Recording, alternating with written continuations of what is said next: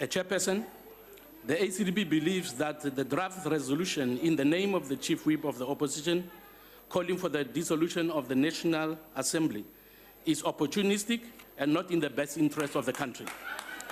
The unprecedented number of motions of no confidence in President Jacob Zuma that have been debated in this House are testament to the fact that members of this House have tried to hold the executive to account.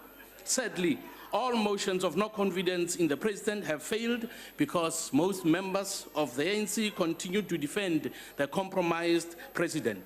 Members of civil society, religious organizations, all political parties, including some members of the ANC and the affiliates, have consistently protested and called on President Zuma to resign.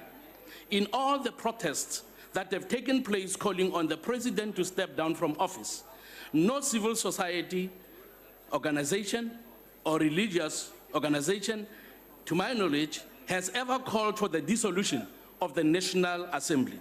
The ACDP would therefore propose that if the DA has concluded that they no longer represent the will of the people who voted for them, as the motion states, then they should do the honorable thing, which would be in the best interest of their supporters, and resign en masse and allow the National Assembly to continue its efforts of holding the President and the executive to account.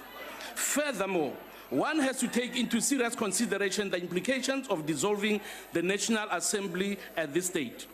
Chairperson, the IEC is not ready, from what we have been told, for early elections. They will need to comply with the Concord ruling regarding the registration of addresses of voters, which the IEC must complete by the 30th of June 2018, a deadline we are told that they are requesting to be extended.